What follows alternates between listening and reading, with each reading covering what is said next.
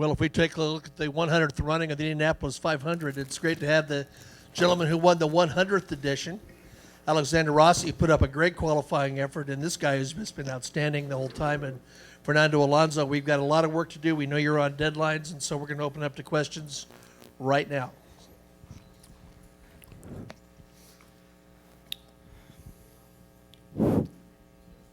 Fernando, two Formula One guys up here at the moment. How do you look at that in terms of what F1 racing means in this event and the progression that Alex has had coming over here? Well, I think it's good news for motorsport in general. I don't think that we need to separate too much, F1 or IndyCar or rally or Dakar. I mean, at the end of the day, it's just motorsport. So, it's good to see Alex here as well. And, as I said, I think we all have that sense that, motorsport is what we love in any series or in any conditions. Over here to your right, I'm going to ask one of each of you. Alex, you first. How well do you know Fernando when he came over?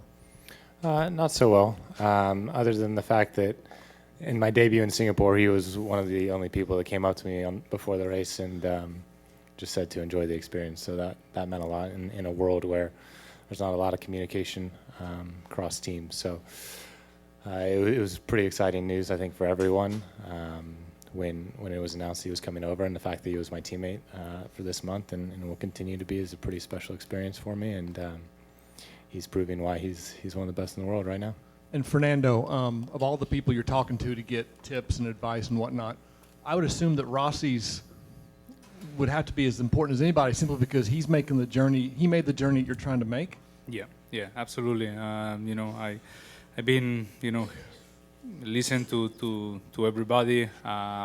We are lucky. I'm lucky that I'm in probably the best team for a rookie to come in with a lot of cars on the team and a lot of experience, coming from different series. And we have Takuma also that came from Formula One, and of course Alexander. So from all the comments that arrived to me, the comments from them are very, very useful, because they know, how one car behaves and how the other car behaves and what they need, when they came here. So probably I'm experienced more or less the same journey of them.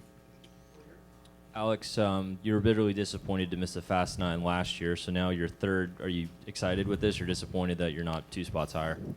Yeah, I'm always disappointed that if you're not in front, but I think it's a good effort from the team. Seeing Scott's speed is pretty impressive, so I know we couldn't have done that.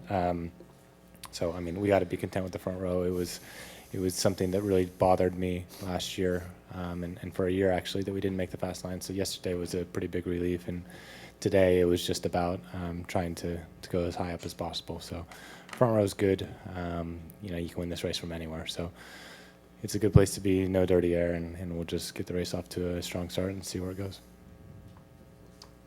Fernando, you've got obviously 2 teammates directly in front of you on the standings there. Is there any sort of benefit to that when it comes to race day, to have 2 guys from the same team in those early laps? Probably it will not make big difference. I think the biggest priority probably was yesterday to secure the spot in the first 9. Once you are on those first 9, I think the positions obviously are important. If you are in pole position, the rest is less important. But yeah, if I'm around on the race with my teammates, it will be always a good thing, because always you respect your teammate compared to any other car, and that's probably a good thing for the start.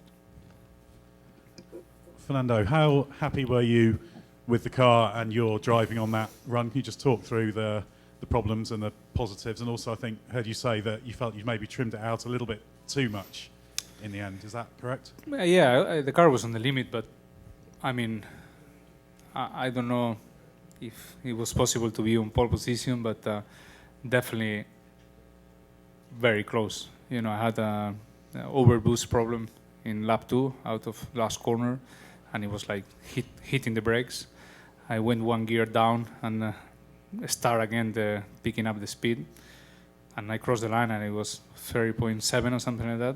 When, I thought it was 225 or something. I was nearly came to the pit lane because I said, this qualifying run is over, with this problem. And still running, still putting the laps together, and then I was happily surprised with the total time. So I think today the car performs better than yesterday. Already on the practice felt very, very competitive.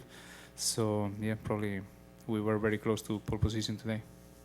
Here in the aisle, I have one question for each of you. I'll start with Alex. How are you not just a year older, but a year better, at least for this race? In every way that's possible, I think. Every day that you drive a race car, you get better, I think, and that's my impression and belief. So you just got to take that forward and continue building on that, and work on areas that you need to improve. And last year there was a lot of areas that needed to be better, and I think for qualifying specifically, it was about lap 4 for me. And so this year we made sure that wasn't an issue. So in fact, this year was actually lap 2. So I guess coming back in 2018, we'll need to make sure lap 2 is better. And then Fernando, I know you had the engine issues in morning practice. Was there anything you took from that morning practice that helped you in this afternoon run on that new engine? And if so, what were they? Well, I think, as I said, the practice felt good, the car, and then we spot some issues with the engine. So at one point in the morning, we didn't know if we were able to run on qualifying because we had to change the whole engine. But the team was amazing. There were guys from all 6 cars working on car 29 just to make it possible. So thanks to all that teamwork, I was able to go for qualifying. And yeah, I don't know, nothing really to say about the engine. It's difficult to compare anything, but everything felt normal, good for quali, apart of this little issue or big issue in 10-4. Fernando, I have a follow-up with the engine issue. Was this engine already used you have now in your car, or was it brand new and never raced before? And I think it was a new one. And will it be used for the race, or you'll change again? I have no idea.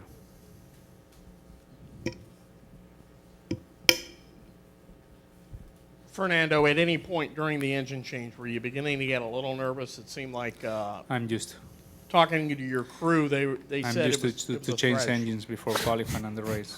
Yeah. So, not nervous. It's your specialty, huh? And finally, also, they were super gluing parts of your rear pod while you were in the tech line. It just kind of showed how little time there was to do it. What does that say about the Dave Populars led crew that you've got? Amazing. As I said before, I think my crew, but not only them, the whole team, as soon as we decided to change the engine, I saw like 20 people around my car changing parts. So that was a truly, good thing to experience today. How the teamwork plays here, and I was extremely, proud and happy of them. And when we get to qualify, I wanted to put a good run for them as well, because has been a very busy day for them, and big thanks. Hey, hold on. We've got 3 questions queued up here, and that'll be it. So, Alonso, explain the differences you've already found between American racing and Formula One racing in the short period you've been here. I mean, there are, I think at the end of the day, the big thing, which is just the race itself and the competition, remains very similar. We are all here to race hard and to compete and try to be a little bit faster than any other guy out there. But there are differences, the way the whole event, I think, it's not possible to fit in Europe 2-week event, I think. Also, the close contact with the fans here is good, it's fun, and you enjoy them. I think if you do that in Formula One, with a level of technology, sophistication, all the hard work that is there in terms of, making small differences on the cars, etc.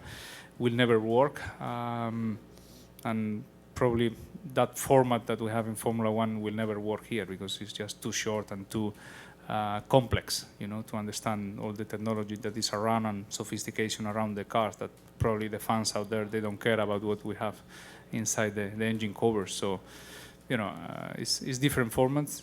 One is working there, one is working here. It's fantastic.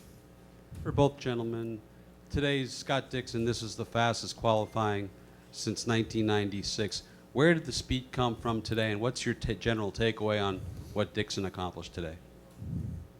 It's a great question. We knew from this morning it was pretty quick.